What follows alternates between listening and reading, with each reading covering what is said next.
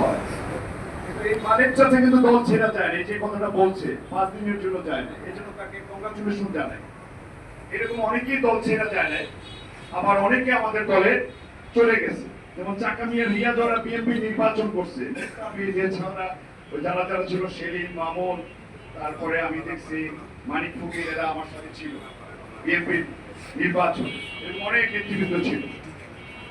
সেই নির্বাচনে বিএনপি পরাজিত হয়, অধ্যাপক মোস্তাফিজ ভাই সে সেকেন্ড পজিশন পায় স্বতন্ত্র প্রার্থী হিসাবে। তারপরে আমার বাবা কাউন্সিল হয়, আমার বাবা সভাপতি হয়, তারপরে উনি তার 5 দিন 7 দিন পরে মারা যায়। তারপরে ওই জানাজার পরে স্থানীয় বিএনপি যারা ছিলেন তারা আমাকে নিয়ে চিন্তা করলেন যে আমাকে কিভাবে কলাপাড়ায় ধরে রাখা যায়। তখন তারা মনে মনে সিদ্ধান্ত নেয়, একদিকে আমার বাবার লাশ দাফন, আবার তারা নিজেরা বসে বসে চিন্তা করছে যে এই ছেলেটাকে তো ধরে রাখতে হয়। সেই পরিপ্রেক্ষিতে তারা আমাকে নিয়ে চিন্তা করে এবং পরের দিন থেকেই সেই কার্যক্রমের মধ্যে থাকা এবং আমাকে তারা অফিসমুখী করে।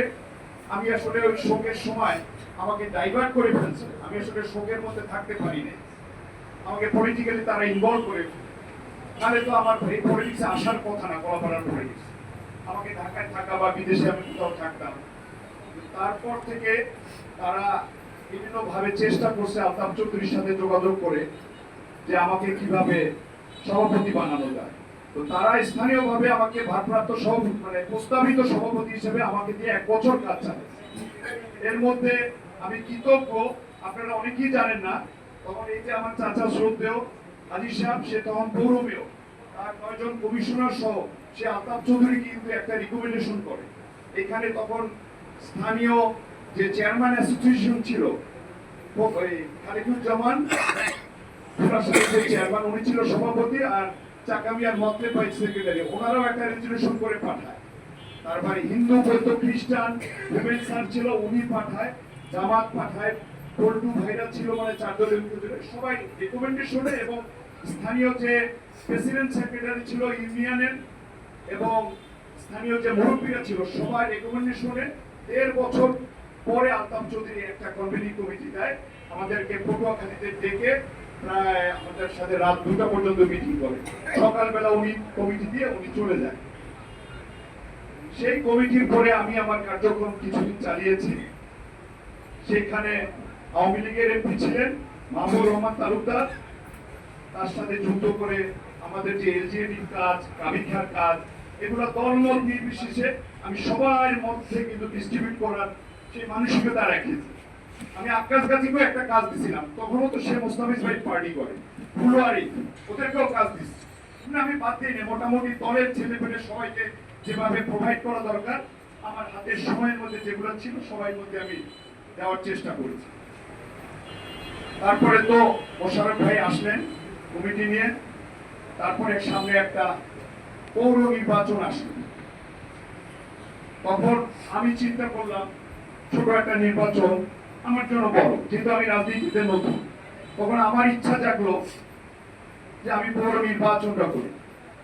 সেই সময় কিন্তু আমার সেই পৌর নির্বাচনটা করা হয়নি। তখন মোশাররফ ভাই এই হাজী কাকারে জয়েন করে বিএনপিতে, আলতাফ চৌধুরী হাত ধরে জয়েন করে সে নির্বাচন করে, সে মেয়র হয়। এই গেল একটা নির্বাচন, পৌর নির্বাচন।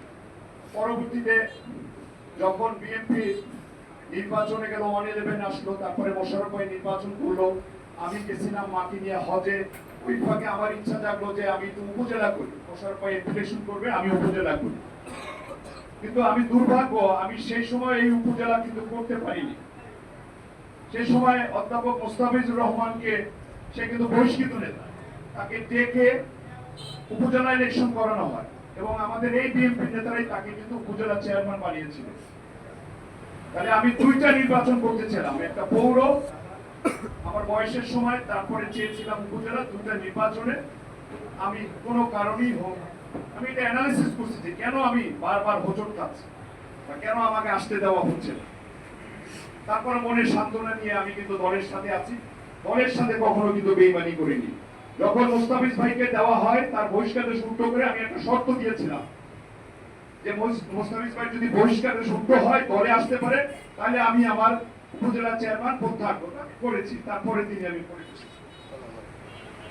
তার পরবর্তীতে মোস্তাফিজ ভাই তো বারবার এভাবে দল ছেড়ে চলে যায়।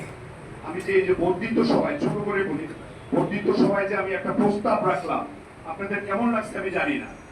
আজকে যে আমরা একটু টেনশন করতেছি যে উনি আমাদের চেয়ে ভালো প্রার্থী, এরকম মনে করতেছে অনেকে হয়তো। আসলে ওনাকে আমাদের ছেড়ে দেওয়াটাও ভুল হয়েছে। কারণ আমাদের যে প্রার্থী এখন হয়েছে সে তো তার সামনে তো কোনো প্রার্থী থাকার কথা না। যদি আমরা সেই সময় তাকে সঠিক সিদ্ধান্ত নিয়ে তাকে আমরা আশ্বস্ত করতে পারতাম যে আপনি উপজেলা করেন। আর আমি তো বলেছি নির্বাচনের কোনো পাগলামি আমার মধ্যে নাই। তো আমি ওপেন 500-700 লোকের মাঝখানে বলেছি। তারপরে এখন ভারপ্রাপ্ত চেয়ারম্যান মোশাররফ ভাইকে ডেকেছে, আমার বিশ্বাস ডেমোশন সেই পাবে। তারপরে আমাকে ডেকেছে, আমাকে ইজ্জত দিয়েছে, সম্মান দিয়েছে, একটা মেসেজ দিচ্ছে দলের সাথে ঐক্যবদ্ধ থাকার। আমি ওইটাকে কিন্তু ফলো করার চেষ্টা করছি। আমি দলের বাইরে কিছুই চিন্তা করি না, কারণ আগে দল, কারণ এই দলটা আমার বাবার হাতে তৈরি করা দল এই অঞ্চলে অন্তত।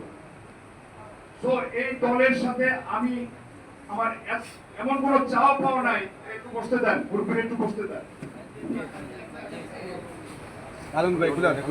একটু বসতে দেন। আমার এমন কোন চাওয়া পাওয়া নাই যে আমাকে দলের সাথে বেইমানি করে বারবার আমাকে এদিকে ওদিকে যাইতে হবে। আমি এই জায়গায় খুবই স্থির একটা মানুষ। আমি এখন ঐক্য চাই। আমাদের মধ্যে যে মতভেদ আছে, আজকের পরে তার মতভেদ থাকার কথা না। আমি আপনাদের সাথে কালকে আলোচনা করেছি, আমার নেতৃবৃন্দ যারা আমাকে একটু ফলো করেন, যে অফিসমুখী হইতে হবে, আমার নির্দেশনা আছে। আপনারা অসন্তোষ থাকলেও সেটাকে আর সামনে রাখেন না। সামনে ধানের শীষে নির্বাচন, দেশীয় বিদেশীয় অনেক ষড়যন্ত্র। এই ষড়যন্ত্র মোকাবেলা করতে হলে আমাদের এই সিটটাকে উদ্ধার করতে হবে। এরকম একটা সিট যদি আমরা নষ্ট করে ফেলি, আমার চেয়ারম্যান যদি জায়গা মতো না বসে, তাহলে আমরাও কিন্তু ছিটকায় যাব। যদি ইসলামী দলগুলো মিলে একটা আমাদের বিরুদ্ধে জোট করে, অলরেডি তারা জোট করতেছে, তারা যদি ভালো করে, তাহলে আমাদের কি হবে? এতদিন কষ্ট তো আমরাই করলাম, 17 বছর তো মাঠে ঘাটে কষ্টটা আমাদেরই সবচেয়ে বেশি। এখন আপনাদের কাছে অনুরোধ, যারা কষ্ট পাচ্ছে, যারা আমাকে ফলো করে, মনে করছেন আপনারা আমি নমিনেশন পাবো, আসলে আমি এই চেষ্টাই তো করিনি।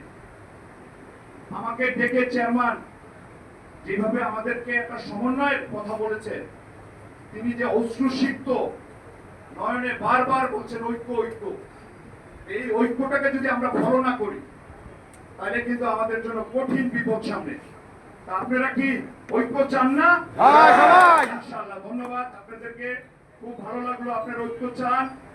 আর মোশাররফ ভাইয়ের মধ্যে আমার ব্যাপারে কোনো যদি কষ্ট থাকে, যার জন্য বারবার আমি হোঁচট খাচ্ছি, সেটা আমার কাছে মনে হয়েছে আপনাদের কাছে খোলাখুলি বলি।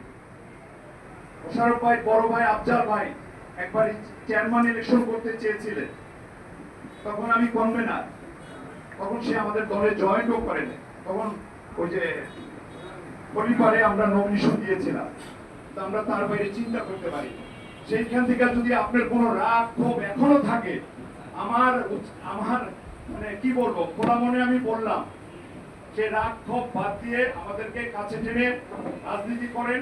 আপনি ভালো করবেন, আমরা আপনার পাশে থেকে ভালো করতে চাই।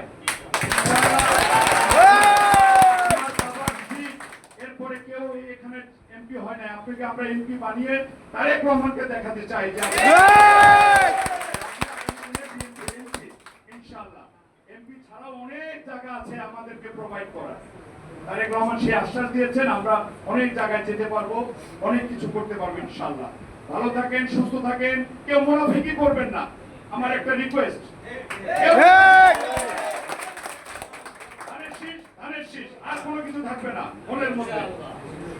এটাই কিন্তু আমাদের চ্যালেঞ্জ, মাথায় রাখতে হবে। কোন পাখা পুকা চলবে না, তাহলে কিন্তু আমার গায়ে বদনাম হবে। এটা কিন্তু আমি স্পষ্ট ভাবে বললাম। আর আপনারা দলীয় যারা নেতৃবৃন্দ আছেন আমাদেরকে প্রয়োজন অনুযায়ী যেখানে খাটানো দরকার আমি কিন্তু নিবেদিত প্রাণ 3 মাস আপনাদের জন্য পড়ে থাকবো। আর যদি প্রয়োজন মানে না করেন আমি বাসায় বসে থাকবো, এটাও খোলা মনে বললাম। কারণ বিগত দিনে আমাকে স্পেস দেওয়া হয় না কোনো জায়গায় কথা বলার। আমাকে দিয়ে যদি দলের লাভ হয় আপনারা ব্যবহার করাবেন ইনশাআল্লাহ, সেটা আশাবাদ ব্যক্ত করে আমি আমার ক্ষুদ্র বক্তব্য শেষ করলাম। ভালো থাকেন, সুস্থ থাকেন, ধানের শীষের জয় হোক সেই প্রত্যাশা নিয়ে শেষ করছি।